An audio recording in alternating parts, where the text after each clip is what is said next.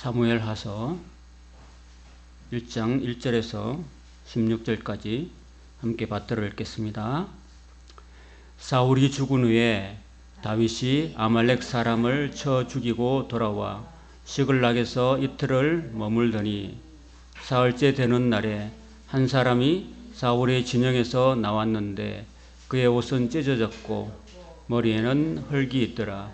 그가 다윗에게 나와 땅에 엎드려 절하매 다윗이 그에게 묻되 너는 어디서 왔느냐 하니 대답하되 이스라엘 진영에서 도망하여 왔나이다 하니라.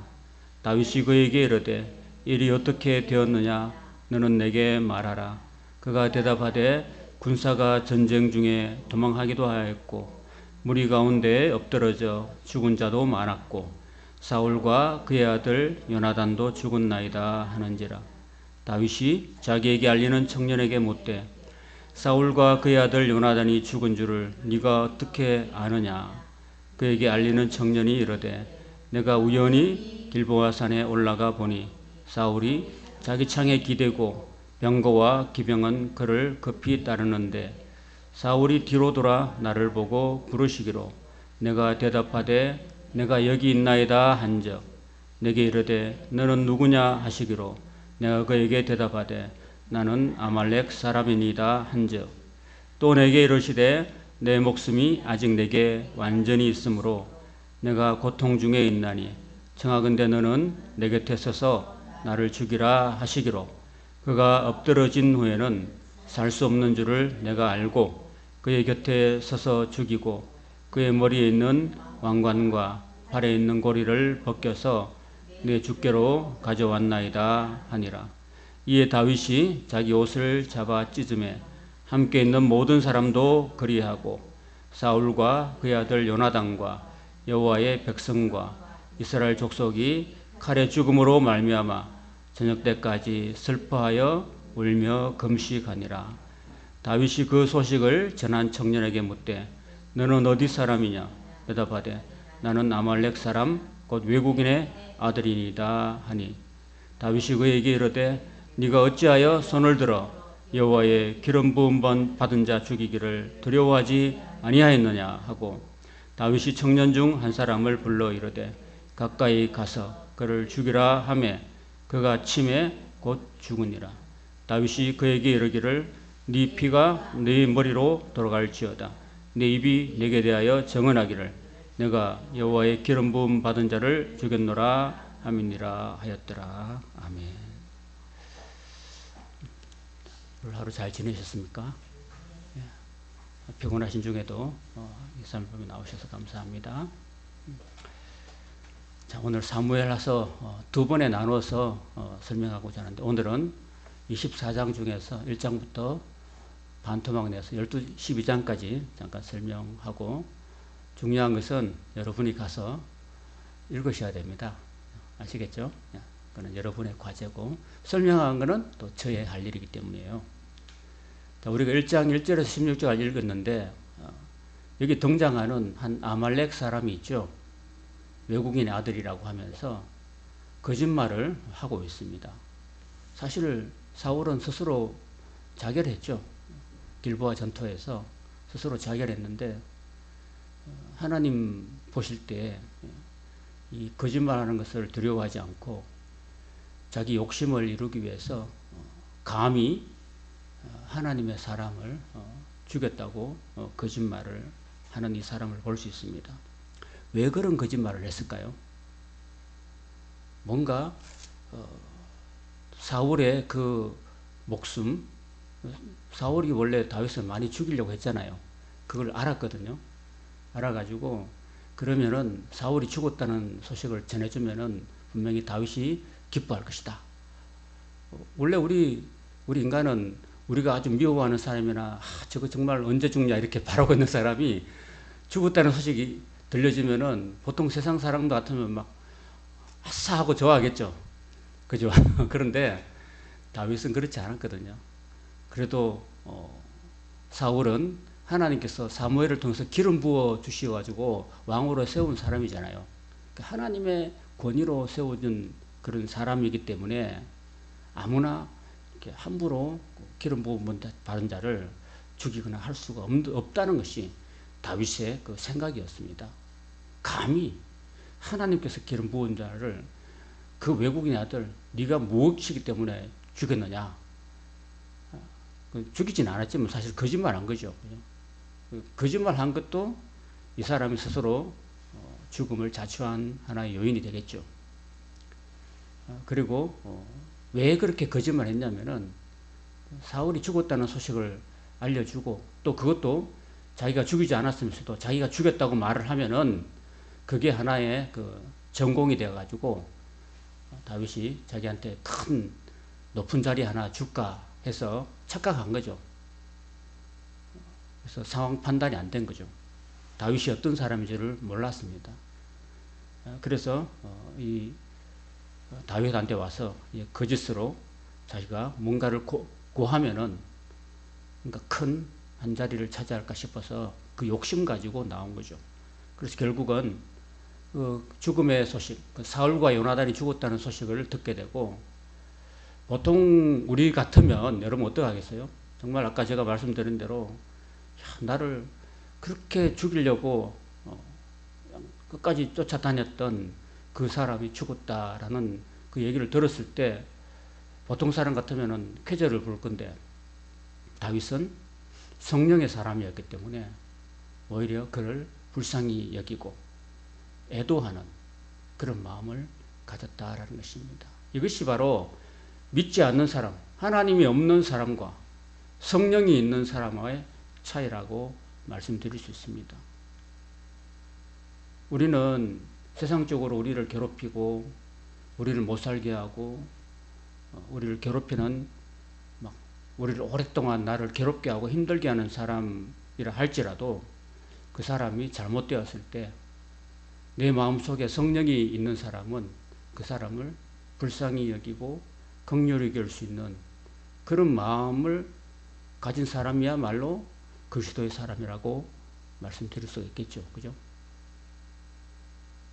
그런 다윗의 마음을 오늘 우리가 볼 수 있습니다. 그 원수가 죽었을 때 막 기뻐하지 않고 그럼에도 불구하고 정말 옷을 찢고 이 다윗이 옷을 찢으니까 모든 신하들이 다 찐득 찢는 거예요. 그렇게 찢고 또 금식하고 그리고 저녁 때까지 슬퍼하는 그런 다윗의 모습이 아닐까, 모습을 보여주고 있습니다. 여러분. 왜 이렇게까지 할 수 있었느냐 하면은 다윗이 10년 넘게 쫓겨다니면서 하나님께서 훈련하신 결과라고 볼 수 있습니다. 그죠?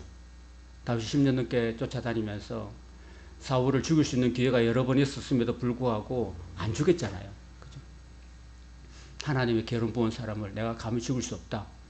그리고 하나님께서 아마 그 내 원수를 갚아주실 것이라는 그런 믿음과 그리고 하나님께 그 원수를 갚아달라고 의탁하는 그런 다윗의 마음이었습니다. 우리는 이 모습을 보면서 우리도 우리에게 어떤 개인적인 감정을 품고 우리를 막 괴롭히는 사람이 있다면은 그 사람을 내가 원수 갚으려고 하지 말고 누구한테 맡게 됩니까? 하나님께 기도로 맡기는 겁니다. 하나님 아시지요? 하나님 저 사람 나를 얼마나 이렇게 엄해하고 나를 괴롭히지 못하고 안달이 나 있는데 하나님 아시지요? 제가 원수를 갚을 수 있겠습니까? 하나님 원수도 사랑하러 하시는데 내가 어떻게 그 사람을 욕하고 저주할 수 있겠습니까? 하나님 나를 불쌍히 여겨주십시오 라고 눈물로 기도하고 그 영혼을 위해서 불쌍히 여기고 기도할 수 있는 그런 마음을 하나님께서 우리에게 주시기를 축원합니다. 그런 사람이 바로 성령의 사람이요 하나님의 사람입니다.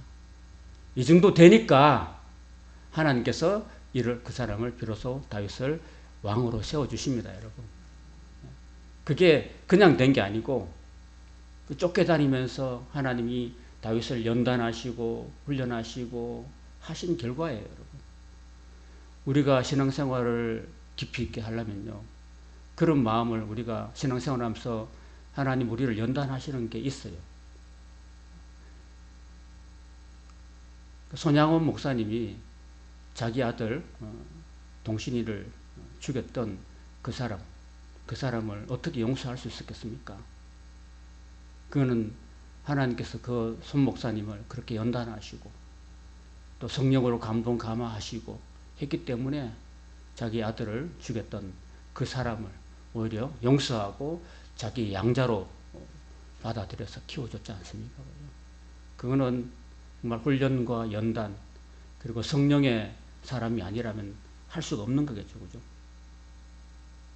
예수님께서 십자가에 매달리셔가지고 예수님을 향해서 욕하고 저주하고 침을 뱉고 그렇게 조롱하던 그 무리들을 예수님께서는 뭐 말씀 한마디면 다 그냥 물리칠 수 있겠지만은 예수님은 그렇게 하지 않으시고 사랑의 마음으로 그 사람들 아버지여 저들이 알지 못하고 저렇게 하오니 저들을 용서해 달라고 십자가의 고통 가운데서도 기도하셨던 그 예수님 아니십니까? 그죠?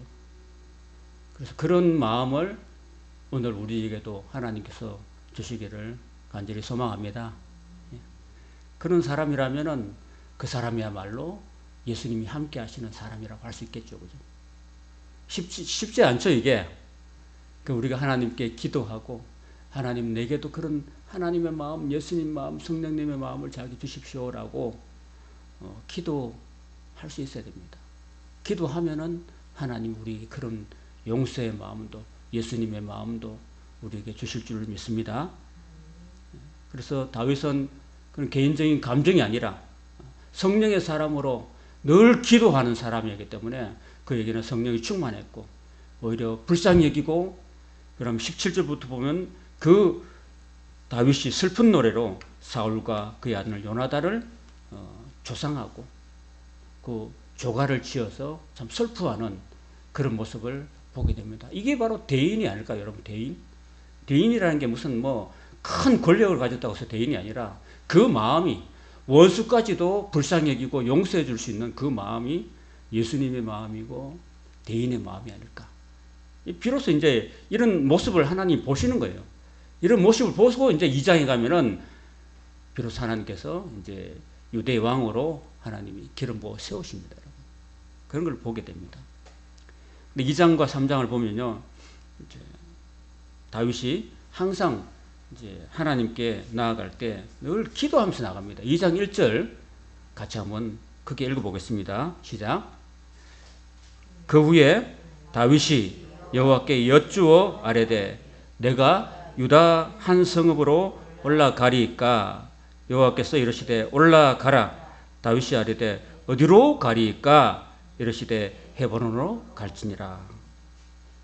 여러분 다윗이 이렇게 지금 모든 일에 매사에 하나님께 여쭙니다. 하나님 어떻게 할까요? 어디로 갈까요? 무엇을 할까요? 이렇게 늘 그 많은 연단을 거쳐서 다윗이 우리에게 보여주는 모습은 하나님께 늘 물어보는 그런 자세예요, 여러분. 여러분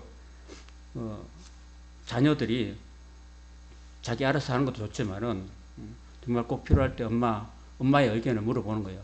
엄마, 나 어떻게 하면 좋을까? 엄마, 나 어떤 사람 만나면 좋을까? 이렇게 물어보면은 기특하잖아요, 그죠? 자기 의견도 할 수 있지만은 엄마의 의견을 굉장히 존중해 주는 거잖아요, 그죠? 우리도 마찬가지라고 생각합니다. 우리는 하나님의 자녀고 하나님이 우리 아버지가 되시는데 다윗도 하나님의 자녀잖아요. 그러니까 늘 하나님께 나와서 하나님, 제가 어디로 올라가야 되겠습니까? 지금 현재는 시글락이라는 곳에 있거든요. 시글락이라는 것은 그 가나안 땅에 있는 그런 그 이방성이에요. 지금 거기에 지금 다윗이 도피해 있는 상황입니다. 이런 도피해 있는 상황에서 이제 자기를 쫓던 사울 왕이 죽었다는 소식을 이제 알게 되었을 때 이제 다시 이제 고향 땅으로 이제 자기 본국으로 돌아가야 될 상황인데 어디로 가야 되겠습니까? 하나님. 어디 성읍으로 올라가야 되겠습니까? 라고 하나님께 기도하잖아요. 기도하니까 하나님이 응답하시잖아요. 그죠? 여호와께서 이르시되 올라가라. 다윗이 아뢰되 어디로 가야 되겠습니까? 하니까 하나님께서 지정해 주잖아요. 헤브론으로 올라가라. 그렇게 말씀하시잖아요. 그죠? 그렇게 해서 늘 어디로 가든지 하나님께 묻고 나아가는 다윗의 모습을 통해서 오늘 저와 여러분들도 여러분 인생의 중요한 결정을 할 때, 또 어디로 가야 될 때, 무슨 일을 해야 될 때 늘 여러분이 하나님께 기도하실 길을 바랍니다. 제가 이 일을 하는 게 좋을까요? 무슨 일을 하는 게 좋을까요? 제 능력이 어떻게 하면 좋을까요? 하고 늘 하나님께 눈을 떠서부터 눈을 감을 때까지 늘 기도하고 하나님의 그 지시하심을 받고 하나님의 인도하심을 받고 하나님이 가라는 곳에 가고 하나님이 서라는 곳에 서고 하나님이 하라는 일을 하고 하지 말라는 일을 하지 않고 늘 하나님의 지시에 따라가는 저와 여러분의 삶이 되시기를 바랍니다. 여러분 이스라엘 백성들을 하나님이 광야에서 인도하실 때 어떻게 하셨어요? 구름이 떠오르면 올라갔잖아요. 이동하고 구름이 멈추면 다 멈추고 이렇게 했잖아요. 그래서 그 구름 기둥으로 하나님이 늘 인도하셨듯이 우리는 하나님의 그 성령 하나님께 기도하고 성령의 도우심과 지시하심과 인도하심을 받고 나가는 것, 그게 가장 안전한 길이에요, 여러분. 자, 그런데 두 번째는 뭐냐 하면은 지금 지금 사울 왕이 죽고 난 다음에 이제 사울의 그 자녀들 중에서 이스보셋이라는 그 아들이 하나 남았는데 그 이스보셋이 이제 사울의 뒤를 이어서 이스라엘 왕이 돼요. 지금 또 2장에 보면은 다윗이 이제 헤브론에 가서 헤브론에서 예루살렘과 베냐민 지파 두 지파의 유다 왕이 됩니다. 자, 그러면서 이제 나라가 이제 두 개로 나눠져 가지고 이제 서로 이제 나라가 이등분되어서 다윗과 이스보셋 사이에 이 다툼이 2년 동안 계속 지속되는, 아직도 다윗이 전체 이스라엘 왕이 못 되고 아직도 유대 왕에 머물고 있는 그런 상황에서, 자, 북쪽에 이스라엘에 그 사울 왕이 죽고 난 다음에 이스보셋이라는 사람을 치기 위해서 이 남쪽에 있는 다윗의 누나가 있는데요. 다윗의 누나의 그 세 아들이 있어요. 요압 장군과 아사엘과 아비새라는 세 아들이 있는데 그 중에서 이 세 아들이 굉장히 욕심이 많아가지고 그 북쪽에 그 군대 장관이었던 아브넬을 막 죽이려고 애를 씁니다. 그 아브넬을 죽이면은 가장 큰 전공을 세우기 때문에, 그래서 이 아사엘이란 그 둘째 다윗의 누이의 둘째 아들이 욕심이 많았어요. 그래서 아사엘이라는 뜻은요, 하나님께서 빠르게 하셨다라는 뜻이에요. 그러니까 달리기를 엄청 잘해요. 100m 10초, 11초 달리는 엄청 빨리는 사람인데, 이 아사엘이 그죠? 이 아브넬을 잡으면은 자기가 이 유다 나라에서 큰 전공을 세워서 큰 높은 자리를 차지하겠다, 이런 또 욕심을 부린 거예요, 여러분. 그래서 쫓아가면 안 되는데 백정노장이던 아브넬 장군을 끝까지 쫓아가고 있어요, 죽이려고. 그래서 막 아브넬 장군이, 야, 따라오지 마라. 네가 따라오다가 너는 나한테 안 된다. 너는 나는 너를 충분히 죽일 수 있다. 그런데 따라오지 마라. 나 따라오면 너 죽는다. 따라오면은 내가 입장이 곤란하다. 너를 죽이면은 너의 형이었던 요압 장군이 너 군대 장관인데 내가 어떻게 너 형을 만날 수 있겠느냐. 따라오지 마라. 따라오면 네가 죽는다 나한테 하고 자꾸 권고해도 얘가 욕심이 많아가지고 계속 따라오는 바람에요, 엄청 빠른 속도로 쫓아오니까요. 쫓아오지 말라고 그렇게 부탁하고 막 하는데도 얘가 욕심 때문에 쫓아오는 거야. 쫓아와가지고 막 달려오는데 그 아브넬 장군의 창이 길잖아요. 그래서 창을 딱 들고 있다가 창을 거꾸로 딱 잡아가지고요. 딱 거꾸로 잡아가지고 브레이크를 탁 잡았어요. 그러니까 막 열심히 쫓아가지고 이 사람이 브레이크를 못 잡아가지고 그냥 창에다 그대로 꽂혀버린 자기가. 이 아사엘이 욕심 부리는 바람에 죽게 됩니다, 여러분. 참 곤란하게 됐죠. 그러면 또 이 아브넬은 곤란하게 됐어요. 안 죽이고 싶었는데 어쩔 수 없이 죽여가지고 나중에 그 형 요압 장군을 만나기가 참 곤란하게 됐어요, 정치적으로. 사랑하는 여러분, 우리가 성경을 보면서요, 참 뭔가 내가 욕심을 부리면요, 이거 참 탈이 나요. 에덴 동산에서부터 인간이 욕심을 부리는 바람에 탈이 났잖아요, 그죠? 하나님이 주신 것에 만족하고 그냥 충분히 선악과 안 따먹어도 얼마든지 행복하게 살아갈 수 있는데, 인간은 괜히 필요 없는 욕심을 얻지도 못할 욕심을 부리잖아요. 보세요. 1장부터 벌써 보세요. 1장에 보면은 아말렉 사람이 욕심 부리다가 죽었죠? 그죠? 2장에 보면 또 아사엘이 또 욕심 부리다가 죽어요. 또 4장에 넘어가면 또 이스보셋의 그 신하였던 레갑과 바나가 또 욕심을 부려가지고 또 이게 또 죽어요. 사랑하는 여러분, 우리는 이 땅 살면서 하나님이 주신 것에 감사하고 만족하고 필요 없는 쓸데없는 욕심 부리지 말기를 바랍니다. 아멘. 그래서 결국은 아브넬이 결국은 요압 장군에서 또 죽게 됩니다. 요압도 너무 개인적인 감정이 원한이 커가지고 괜히 이렇게 다윗이 이렇게 불러가지고 그 아브넬이 다윗에게 항복했거든요. 항복하고 그 12지파를 다윗에게 통합시키는데 큰 역할을 했는데 이 요압이 자기 동생 아사엘을 죽인 그 개인적인 원한 때문에 개인적으로 불러가지고 이렇게 칼로 찔러 죽입니다. 요압이. 못됐어요, 요압이. 싸움은 잘하는데 다윗에게 정말 충성하는데 너무너무 다윗을 정치적으로 입장을 곤란하게 만들어요. 그래서 다윗도 이거 요압을 어떻게 처리할 수 없어가지고 하나님, 저 요압을 하나님께서 벌 주십시오. 나는 어떻게 할 수 없으니까 하나님께서 처리해 주십시오. 하고 다윗이 그 요압 장군을 저주합니다. 그리고 결국은 아브넬이 죽는 바람에 다윗의 입장이 굉장히 곤란했어요. 적장을 죽였다라고 조선일보, 그러니까 대서특필된 거죠. 그러니까 다윗의 입장이 굉장히 곤란한 거죠. 그래서 결국은 다윗이 안 죽였다는 사실을 알리기 위해서 그 앞에 또 슬퍼하면서 또 애가를 하고 조가를 또 합니다. 그래서 백성들이 그 모습을 보면서 그러면 그렇지, 우리 다윗 왕이 저렇게 아브넬을 죽일 사람은 아니다. 결국은 그 요압이라는 사람이 죽였구나, 개인적인 감정 때문에 라고 해서 겨우겨우 위기를 다윗이 벗어나게 됩니다. 여러분. 결국은 다윗도 이 위기를 하나님께 기도하면서 벗어났던 거예요. 여러분. 4장은 제가 설명했죠, 그죠? 욕심으로 또 레갑과 바나가 이스보셋을 죽여가지고 또 목을 들고 와가지고 다윗에게 또 이렇게 바칩니다. 벌써 이제 세 번째 이런 거예요. 상황 판단 안 되고 사람들이 레갑과 바나가 그 하나님이 기름 부어 세우신 왕을 함부로 죽이는 바람에 죽여가지고 또 다윗에게 가져오면은 다윗이 또 그 공을 취하할 줄 알고 왔다가 또 그걸 또 죽습니다. 이것도 욕심이죠, 여러분. 욕심으로 또 죽습니다, 여러분. 이런 것들을 사무엘 하서가 보여주고 있습니다. 5장에 가면은 이제 하나님께서 이제 이런 모든 연단을 거친 후에 이스라엘 전체의 통합 왕으로 하나님께서 다윗을 세워 주십니다. 이때 나이가 다윗이 몇 살일까요? 30세. 30세 때 하나님께서 그 젊은 다윗을 이스라엘 전체의 왕으로 세워 주십니다.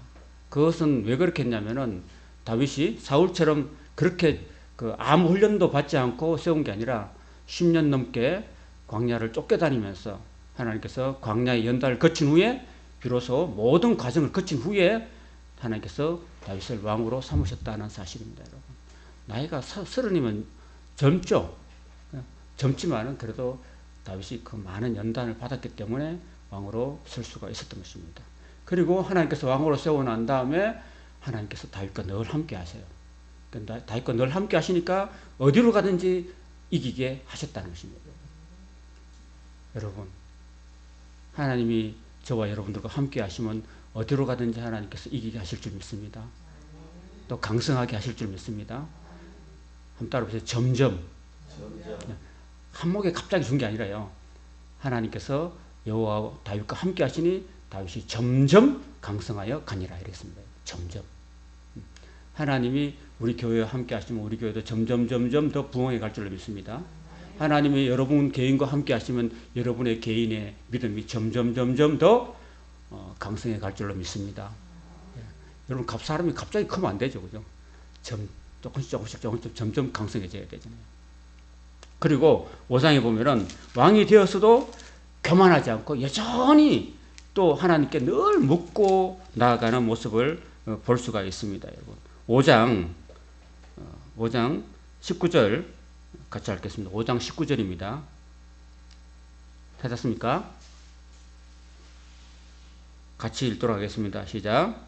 다윗이 여호와께 여쭈어 이르되 내가 블레셋 사람에게 올라가리이까 여호와께서 그들을 내 손에 넘기시겠나이까 하니 여호와께서 다윗에게 말씀하시되 올라가라 내가 반드시 블레셋 사람을 내 손에 넘기리라 하신지라. 자, 그 다음 23절 같이 읽겠습니다. 23절 시작. 다윗이 여호와께 여쭈니 이르시되 올라가지 말고 그들 뒤로 돌아서 뽕나무 숲을 맞은편에서 그들을 기습하되 뽕나무 꼭대기에서 걸음 걷는 소리가 들리거든 곧 공격하라. 그때 여호와가 너보다 앞서 나아가서 블레셋 군대를 치리라 하신지라. 그렇습니다. 늘 다윗은 계속되는 전투 속에서도 늘 하나님께 여쭈어본다는 말은 기도한다는 말입니다.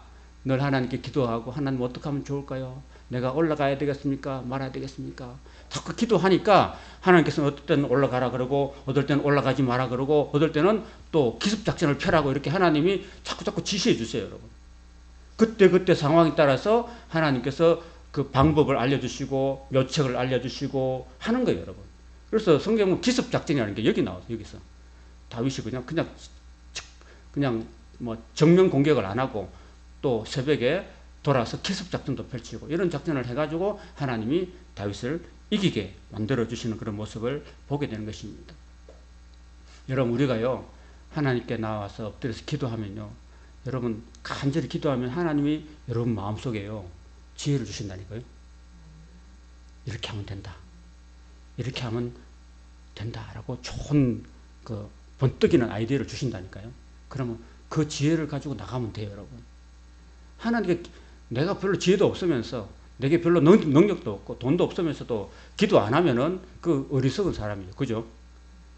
내 자신이 참 지혜 없고 내가 우둔하고 내가 능력이 없고 돈도 없고 권력도 없으면서도 하나님께 기도 안 하면 그거는 안 되는 거예요, 여러분.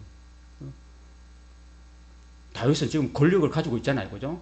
이스라엘 전체 왕으로 등극했잖아요. 맞죠?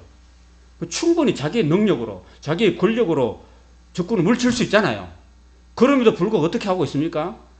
다윗은 지금 물어보고 있잖아요. 하나님께요. 하나님께 물어보고 올라가야 되겠습니까? 말아야 되겠습니까? 라고 물어보고 있잖아요. 그러니까 왕이 된 이스라엘의 가장 최고 권력자 아닙니까? 최고 능력자고 가장 부유한 사람 아닙니까? 그럼에도 불구하고 하나님께 겸손하게 기도하고 있는 모습, 하나님께 지혜를 구하고 능력을 구하고 이렇게 하면서 나가잖아요. 그러니까 하나님께서 그를 기뻐하시고 내 마음에 딱 드는 사람이다, 내 마음에 합한 사람이라고 인정해 주시잖아요. 우리는 이 다윗의 모습을 보면서 오늘 우리도 하나님께 하나님 마음에 꼭 드는 사람이 되려면 하나님 다윗처럼 늘 크고 작은 모든 일에 나를 내 자신을 교만하지 말고 겸손하게 항상 늘 기도하면서 나가는 저와 여러분 될 수 있기를 바랍니다. 그럼 하나님 여러분을 도와주시고 여러분을 이기게 하시고 여러분에게 좋은 길을, 이기는 길을 열어주실 줄로 믿습니다. 여호와 하나님, 예수 그리스도 어제나 오늘이나 영원토록 동일하신 분입니다. 여기 성경에 나와 있는 지금부터 3000년 전에 다윗 시대에 활동하셨던, 역사하셨던 그 하나님은 지금 이 시대도 동일한 하나님이십니다, 여러분. 그때 다윗이 기도했을 때 들어주셨던 그 하나님이 오늘 이 시간에도 저와 여러분을 기도를 들어주시는 동일하신 하나님인 줄로 믿습니다. 6장에 가면 이제 빼앗긴 법궤가 이제 돌아오게 됩니다, 여러분. 법궤를 잃어버릴 정도로 형편없던 이스라엘이 이제는 다윗이 왕이 되고 난 다음부터 이제 법궤가 돌아오는데, 사실 그때는요, 제가 늘 이게 여러분께 말씀을 드리면서 내가 늘 강조하는 게 뭐냐면은 매 7년마다 신명기 31장 9절에서 13절에 나오는 매 7년 정기 면전일의 초막절마다 온 이스라엘 백성들을 어린아이부터 외국인까지 다 말귀를 알아듣는 사람 다 모아가지고 율법을 낭독하여서 백성을 가르쳐가지고 여호와 하나님 경외하기를 배우게 하라는 그 모세의 유언의 말씀 있잖아요. 그걸 안 했다니까, 백성들이요. 모세가 죽고 난 다음 여호수아도 안 했고, 사사시대 360년을 지나면서 사사들이 아무도 안 했고, 사무엘도 안 하고, 다윗도 안 했다니까요. 그러니까 하나님 말씀을 모르는 거예요, 백성들이. 하나님 말씀을 모르니까 레위기가 뭔지도 모르고 신명기가 뭔지도 모르고 읽지도 않고, 그때는 율법이 하나밖에 없었기 때문에 제사장들이 안 가르쳐주면 몰랐어요, 여러분. 성경이 아무리 있어도 안 가르쳐주면 모르는 거예요. 그래서 결국은 성경이 모르기 때문에 법궤가 돌아올 때 법궤는요, 누가 메야 된다고 했습니까? 레위기에? 레위인이 어떻게 매야 돼요? 수레에 실어야 된다고 했습니까? 어떻게 했습니까? 레위인 중에서도 고앗 자손이 어깨에 매야 된다고 했습니다. 근데 이걸 성경을 모르니까 그냥 법궤가 규정한 건 알았는데 그걸 어떻게 했어요? 그랜저에다 실어가지고 왔다니까요. 좋은 차에다 실어 왔다니까. 모르니까 하나님 말씀을 어떻게 옮겨야 되는가? 레위인이 고앗 자손이 어깨에 메고 가야 되는 걸 모르고 새 수레를 만들어 가지고 소로 하여금 몰게 했다는 겁니다. 그러니까 소로 하여금 소가 여러분 수레를 만들어가 소가 끌고 가는데 그때 당시에 지금처럼 이렇게 아스팔트가 도로가 안 발달하고 어떻게 해요? 길이 울퉁불퉁하죠. 그러니까 메고 가다가 울퉁불퉁한데 그럼 어떻게 돼요? 법궤가 떨어질 수 있죠. 법궤가 막 흔들흔들하다가 벅 떨어지니까 어떻게 해요? 우사라는 사람이 법궤를 만졌어요. 안 떨어지게. 탁 만졌는데 만지면 돼요, 안 돼요? 일반인이 만지면은 어떻게 됩니까? 성경을 몰랐어요. 만지면 안 된다는 걸 제사장들이 안 가르쳤다니까요. 안 가르치니까 그 법궤를 만지는 바람에 우사가 하나님께 죽임을 당합니다. 그래서 다윗이 거기서 굉장히 놀랐습니다. 그래서 베레스 우사라고 하는 그런 지역을 지명 이름을 따서 그렇게 했다가 다윗도 몰랐어요. 자기도 성경 안 읽어봤으니까. 그래서 나중에 왜 하나님 기도했습니다. 하나님 왜 법궤가 떨어지려고 하는데 우사가 막았는데 왜 하나님 우사를 죽였습니까? 라고 따지고 물었는데 나중에 이제 어디서 해답을 얻었냐면은 하나님 말씀을 통해서 알게 된 겁니다. 그래서 법궤는 레위인이 어깨에 메고 옮겨야 되는데 다윗이 몰라가지고 수레에 싣고 옮기다가 그렇게 죽었던 거죠. 그래서 다시 하나님 말씀을 읽고 난 다음에 이제 법궤를 가지고 이제 레위인 고앗 자손을 가지고 어깨에 메고 블레셋 땅에서 예루살렘으로 이제 메고 이제 오게 됐습니다. 그러니까 이제 처음에는요 혹시라도 또 어깨 메고 오다가 죽을까 싶어가지고 6걸음 뛰어갔어요. 1걸음, 2걸음 안 죽는 거야. 3걸음 안 죽어. 4걸음 안 죽어. 6걸음 딱 뛰어보니까 아무도 안 죽어요. 그래서 맞다. 법궤 어깨 메고 가는구나 해서 그래서 이제 메고 길가에 있죠, 여러분. 길가에 국민들이 막 3만 명이 도열해가지고요. 거기서부터 예루살렘까지 메고 오는 겁니다, 여러분. 여러분 옛날에 그거 기억나요? 김대중 대통령이 평양을 방문했을 때 평양 시민들이 막 이렇게 막 수 킬로를 갖다 막 흔들면서 그죠? 막 했잖아. 환영회 기억나요, 혹시? 김대중 대통령이 갔을 때. 그것처럼 여러분 이스라엘 법궤가 그 블레셋 땅에서 예루살렘을 들어올 때 그렇게 했다니까요. 그 온 군인들이 3만 명이 모여가지고 막 환영하고 이렇게 했습니다. 그리고 그게 너무 뺏겼던 법궤가 돌아온 바람에 다윗이 여러분 굉장히 예능감 있는 거 아시죠? 시도 많이 짓고 노래도 많이 잘하고 그리고 악기도 잘 연주하고 시편 다 악기 연주했거든요. 비파와 수금을 잘 연주했습니다. 그리고 춤도 잘 췄을까요? 못 췄을까요? 다윗이 춤을 잘 췄어요. 나는 춤을 잘 못 추는데 춤 잘 추는 사람 저는 그 춤이라는 그 어떤 그 DNA가 없어요. 우리 집안에. 다 점잖은 집안에 춤을 잘 못 춰요. 근데 이 다윗은 정말 이게 예능감이 뛰어나가지고 막 그 먼 길을 3만 명의 군사가 도열한 가운데 법궤가 들어오잖아요. 들어오면서 계속 춤을 춘 거예요, 여러분. 그때 당시에 옷들이 이렇게 있었고, 그 다음에 그 에봇이라는 앞치마 있잖아요. 그 앞치마가 펄럭일 정도로 막 춤을 추면서 예루살렘까지 들어온 겁니다. 춤을 추면서 들어왔다니까요. 다윗이 너무 기뻐가지고. 근데 문제는 뭐냐면은 그 미갈 있잖아요. 미갈. 다윗의 첫사랑 미갈이 같이 갔어야 되는데 안 따라갔어. 여자가. 안 따라가고 혼자서 궁궐에서 남아서 이제 그 궁궐 다윗궁이 좀 높잖아요. 예루살렘이. 높아서 밑에 떡 쳐다보니까 다윗이 막 바지 춤이 그냥 바지가 내려가는 줄도 모르고 이제 막 춤을 춘 거야. 허연 다리가 막 드러날 정도로 막 춤을 추니까 이 미갈이 그죠. 다윗의 그 마음을 헤아리지 못했어요. 자기 남편 다윗이 왜 저렇게 기뻐서 춤을 추지? 미치도록 춤을 추지 하는 것을 이해를 못했어요. 남편이 그렇게 하나님의 법궤가 돌아온 것에 대해서 너무 기뻐하고 그걸 공감해 줘야 되는데 공감을 못 해줬다니까요. 그리고 마음에 그 다윗이 너무 막 춤추고 막 이렇게 하는 모습을 보고서 마음이 업신여겼습니다. 왕이 채신머리 없이 말이야. 막 바지 가랑에 옷이 바지가 흘러내릴 줄도 모르고 그래 춤추고 데다 쓰고 그래서 다윗이 이제 너무 기분 좋아가지고 모든 백성들에게 떡과 고기와 막 이런 거 음식을 나눠줬어요. 나눠주고 난 다음에 이제 집에 들어왔어요. 집에 축복하러 집에 들어왔을 때 다윗을 기다리던 그 첫사랑 미갈이 한마디 했어요. 한마디 했는데 아픈 소리를 했어요. 아픈 소리. 그게 참 아픕니다. 우리 6장 20절부터 20절 한번 같이 읽겠습니다. 참 이 아픈 소리입니다. 이게 20절부터 읽겠습니다. 시작. 다윗이 자기 가족에게 축복하러 돌아오매 사울의 딸 미갈이 나와서 다윗을 맞으며 이르되 이스라엘 왕이 오늘 어떻게 영화로우신지 방탕한 자가 염치 없이 자기의 몸을 드러내는 것처럼 오늘 그의 신복의 계집종의 눈앞에서 몸을 드러내셨더라 하니 이렇게 했습니다. 자, 이 한마디가 불행의 씨앗이 되었다는 것입니다. 여러분 그 다윗과 미갈은 부부잖아요. 부부인데 부부 사이에서도 여러분 할 말이 있고 못할 말이 있는데 비록 이제 미갈의 마음도 이해가 돼요. 미갈도 자기 남편이 좀 채신머리 없이 막 춤추고 행동한 것에 대해서 좀 기분이 안 좋았던 건 사실이에요. 그렇지만은 지금 다윗이 지금 기분 좋게 들어왔잖아요. 맞죠? 축복하러 들어왔잖아요. 그러면은 기분이 나빠도 그 기분을 좀 금방 팍 상하게 하지는 말아야 돼요. 그죠?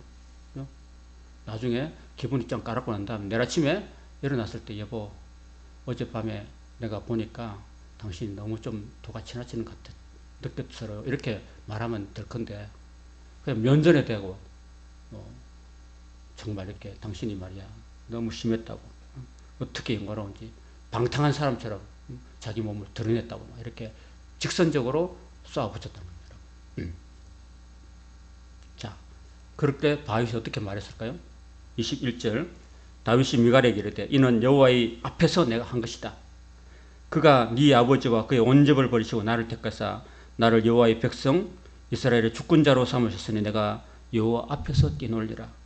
내가 이보다 더 낮아져서 스스로 천하게 볼지라도 네가 말하봐 계집종에게는 내가 높음을 받으리라 한지라. 23절 같이 읽겠습니다. 그러므로 사울의 딸 미갈이 죽는 날까지 그에게 자식이 없으니라. 이건 무슨 말일까요? 독수 공방했다는 거예요. 이 한마디에 다윗의 마음이 크게 상처를 받고 그렇게 사랑했던 첫사랑 미갈을 발디의 길에 간 그 여자를 다시 빼앗아 왔다니까요. 빼앗아 안 왔고 다시 안 찾았어요. 다윗이. 그 한마디 말 때문에. 그리고 다윗은 이때부터 방황합니다. 이때부터 이제 삐딱선을 타요. 이때부터. 이 다윗의 가정의 불행일 뿐 아니라 이스라엘 나라 전체의 불행으로 이어지게 됩니다.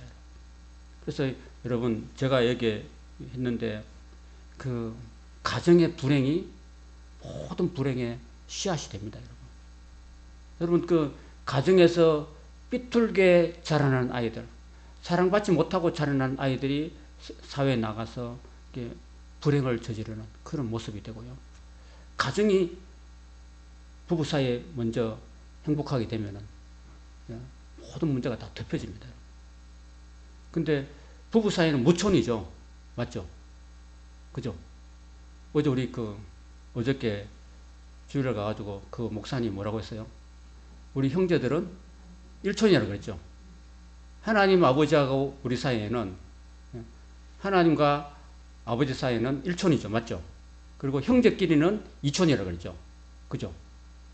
근데 부부 사이는 무촌이에요. 촌이 없다니까요. 가장 가까운 사이라니까요. 촌이 없을 정도로. 그래도 돌아서면 뭐예요? 남이야. 가장 가까운 사이인데도 돌아서면 남이 된다니까요. 근데 이 부부가 참 중요한 거예요, 여러분. 이 부부가 정말 중요한 겁니다. 다윗도 하나님이 함께 하시고 점점 강성해지고 외적으로는 엄청나게 땅이 넓어지고 나라가 강력해지고 부강해지는 반면에 집에 들어오니까요. 부부가 이렇게 지금 가장 사랑하는 부부 사이가 이 금이 간 거예요. 금이. 금이 간 게 다윗의 마음에는요. 다윗이 부인이 많죠. 그죠? 맞죠? 미갈 말고도 아비가일도 있고 뭐 다른 사람도 있고 다 뭐 돈 많은 과부들 다 해가지고 그 자기를 따르는 사람들 다 먹여 살리려고 결혼을 한 거예요, 여러분. 사랑해서 했던 게 아니에요, 결혼이. 그런 여자들은. 그런데 가장 자기가 사랑했던 첫사랑 미갈이 그렇게 자기한테 한마디 쏘아붙이는 바람에 다시는 안 만났어요. 그래서 그게 결국은 모든 불행의 씨앗이 됩니다. 그래서 13장부터 이어지는 말씀 보면요, 다윗의 가정에 불행이 막 이어집니다. 그런 이야기입니다. 시간이 좀 가네요. 7장에 보면은 이제 다윗이 이제 그러고 난 다음에 하나님을 좀 생각하는 마음을 가졌습니다. 다윗이 이제 궁궐에 들어와서 다윗성을 차지하고 이제 좀 이렇게 너무 인테리어도 잘하고 정말 잘했는데 문제는 하나님의 집이 없다는 거예요. 자기는 궁궐 같은 집에서 사는데 하나님 집은 지금 아직도 뭐 있어요? 성막에 있는 거예요. 성막에. 조그만 초라한 성막이 있는 거예요. 한번 생각해 보세요. 여러분은 지금 한 50평대 아파트, 고급 아파트에 살고 있는데 교회는 반지하야. 공기도 잘 안 타고 칙칙한 냄새 나는 곳이야. 그럼 여러분 마음이 편해요, 안 편해요? 그런 교회를 아예 안 가죠. 차라리 큰 교회 가버리죠. 맞죠? 저는 여러분들 너무너무 사랑합니다. 왜? 이런 상가교회를 나오니까. 너무 좋아. 너는, 제가 어제 가서 한마디 하려고 그러다가 안 했거든요. 시간이 너무 막 루즈하게 막 진행되니까. 그래서 뭐, 우리 교회 어쩌고 하던데, 저는 이 상가교회를 나오는 성도들은 정말 귀한 성도로 생각합니다. 여러분, 현대인들은 상가교회 안 가요. 여러분들은 뭘 몰라 상가교회 나오는데, 더 좋은 교회가 많은데, 여러분들이 뭘 몰라서 상가교회 나오는데, 상가교회 이거 정말 교회 같지 않잖아요. 맞죠? 저는 꿈이 있잖아요. 다 이렇게 저 푸른 잔디 위에, 그죠? 초원 위에 정말 세계에서 가장 멋진 그런 디자인을 해가지고, 최고의 디자이너가 설계한 그런 교회, 그래서 목회하고 싶은데, 현실이 안 그래요. 현실이 이 모양 이 꼴이야. 그런데도 여러분이 이 상가교회를 나온다는 것은 여러분 정말 귀한 거라고 생각돼요. 그래서 저는 여러분들을 귀하게 여기고 또 아끼고 사랑합니다. 우리 교회는 막 권세 있는 사람이 나오지도 않고 제주시장이라는 사람 나오지도 않고 우리 교회는 전부 다 가난하고 병들고 아프고 소외되고 마음이 아픔이 있는 사람, 상처가 있는 사람만 나오는 거예요, 여러분. 그렇죠? 우리 교회는 다윗이 그죠? 다 원통한 자, 분통한 자, 마음에 빚진 자, 신용카드 불량자 이런 사람들 다윗을 쫓아가거든요. 좀 개척교회는 다 그래요, 여러분. 개척교회는 전부 다 마음이 아프고 몸이 아프고 가난하고 마음에 상처가 많은 사람들이 나와요. 큰 교회 가면 못 오르니까. 그래서 저는 여러분을 귀히 여기고 소중히 여기고 또 사랑합니다, 여러분. 그래서 여러분을 진심으로 사랑합니다. 이 교회에 나와 있으니까. 그래서 여러분들이 힘을 합쳐서 또 나중에 또 교회를 아름답게 지으면은 또 그때 또 그런 은혜가 있을 줄 믿습니다. 그렇다고 해서 뭐 여기 하나님이 안 계시는 건 아니에요. 아시겠죠? 개척교회라고 상가교회로 하나님이 없는 게 아닙니다. 열어서 열심히 기도하고 하면 하나님 함께 하시면 그게 중요한 거잖아요. 그죠? 건물이 중요한 게 아니라. 자, 어쨌든 다윗이 자기는 궁궐 같은 집에 살고 있는데 하나님은 그냥 초라한 데 계시니까 다윗이 하나님 앞에 미안해요. 그래서 나단을 불러가지고 나단 선지자님 제가 이렇게 화롭게 살고 있는데 우리 하나님의 성전이 없잖아요. 집이 없잖아요. 하나님께서 집을 좀 지어주고 싶습니다. 라고 이렇게 말해요. 그래서 나단이 하나님께 기도합니다. 하나님, 다윗 왕이 하나님을 위해서 집을 좀 성전을 짓고 싶어 합니다. 어떻게 하면 좋습니까? 라고 기도하니까 하나님께서 나단을 통해서 말씀하십니다. 됐다. 내가 네 마음만 받을게. 너는 피를 흘린 자잖아. 피를 흘렸잖아. 수많은 피 흘린 손으로 하나님의 성전을 건축할 수 없다. 내가 마음만 받을게. 대신에 너의 집에 복을 내리고 너의 집을 영원히 견고하게 세워줄 것이다라고 하나님이 복을 주십니다. 7장 16절 17절 같이 읽겠습니다. 시작. 7장 16절 17절입니다. 시작. 내 집과 내 나라가 내 앞에서 영원히 보존되고 내 왕위가 영원히 견고하리라 하셨다 하라. 나단이 이 모든 말씀들과 이 모든 계시대로 다윗에게 말하니라. 그렇습니다. 여러분들이요, 하나님을 향해서 그런 마음을 품는 것 자체를 하나님이 기뻐하십니다, 여러분. 하나님 복 주신 줄로 믿습니다. 여러분, 여기 성도가요, 여기 예배당을 보고서, 여기에 밋밋한 예배당을 보고서, 이렇게 귀한 화분을 돈도 없으면서, 이렇게 또 하고, 이렇게 꽃꽂이를 이렇게 하고, 그 청소를 하고, 그 하나님이 다 보시는 거예요, 여러분. 하나님이 그 마음만 품고 있어도 하나님이 다윗의 집을 영원히 견고하게 세워주시겠다고 하시잖아요. 그래서 우리가 하나님을 향한 그 마음이 중요한 거예요. 그래서 내가 너한테 너 마음을 받을게. 그리고 너 집을 영원히 견고하게 해줄게. 하고 난 다음에 다윗의 후손을 통해서 누구를 보내주십니까? 하나님의 아들 예수 그리스도를 보내주십니다. 그리고 너는 손에 피를 많이 묻혔으니까 하나님은 순수한 걸 좋아하거든요. 피 묻힌 손으로 만약에 다윗이 성전을 건축하면 어떻게 하겠어요? 다윗이 너희들 다 12집 화보고 성전 건축할 재료들 다 가져와 하면은 사람들이 순수한 마음으로 못 가져오겠죠. 안 가져오면 다윗이 어떻게 할까요? 칼을 들어서 죽일 수 있으니까 두려워서 가겠죠. 하나님은 그렇게 원치 않습니다. 하나님은 억지로 내는 걸 원치 않고 두려워서 내는 걸 원치 않습니다. 하나님은 순수한 마음으로 내는 걸 원하거든요. 그래서 출애굽기 25장에 보면 성막을 건축할 때 어떻게 했습니까? 절구한 마음으로 드리는 자에게서 드리는 것을 받아라 이렇게 말씀하고 있습니다. 절구한 마음으로 드려야 되고 기쁜 마음으로 하나님께 드려야 되는 거예요. 여러분. 하나님이 두려워가지고 여러분 내지 마십시오. 하나님이 두려워서 교회에 오곤 하지 마시고 하나님을 사랑하는 마음으로 여러분이 하나님께 나오시기를 바랍니다. 주일날 교회 안 가면 내한테 무슨 끔찍한 일이 안 생길까 이렇게 하지 마시고 하나님 사랑하는 마음으로 여러분이 나오실 때 하나님 그 사람을 받아주시고 그 사람의 예배를 받아주시고 그 사람의 기도를 받아주실 줄 믿습니다.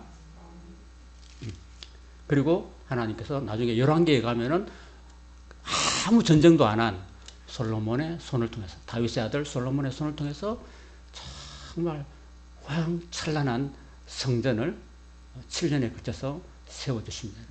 거기에 소요된 금만 해도 666 금달란트가 소비됩니다. 그래서 그 성전이 계속 이어지는 그런 놀라운 은혜를 하나님 베풀어 주신 걸 볼 수 있습니다. 자, 오늘은 12장까지 하려고 하는데 너무 시간이 많이 지체돼서 오늘 여기까지 하도록 하겠습니다.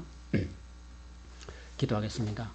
하나님 아버지, 오늘 사울이 죽고 난 다음에 다윗의 시대가 열려지는 모습을 보게 됩니다.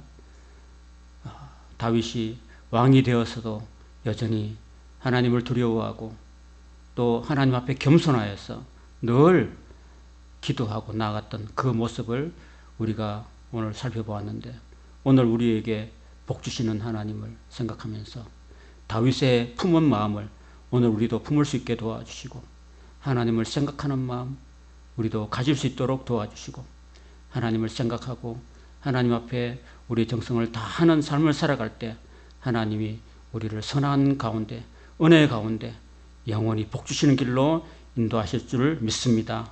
우리 사랑하는 성도들 늘 주님 붙들고 하나님 의지하고 하나님 기뻐하시는 그런 삶을 살아서 이 땅에서 복을 받고 영원한 천국의 복도 누릴 수 있는 사랑하는 성도들 다 될 수 있도록 은혜 내려 주시옵소서. 예수님 이름 받들어 기도하옵나이다. 아멘.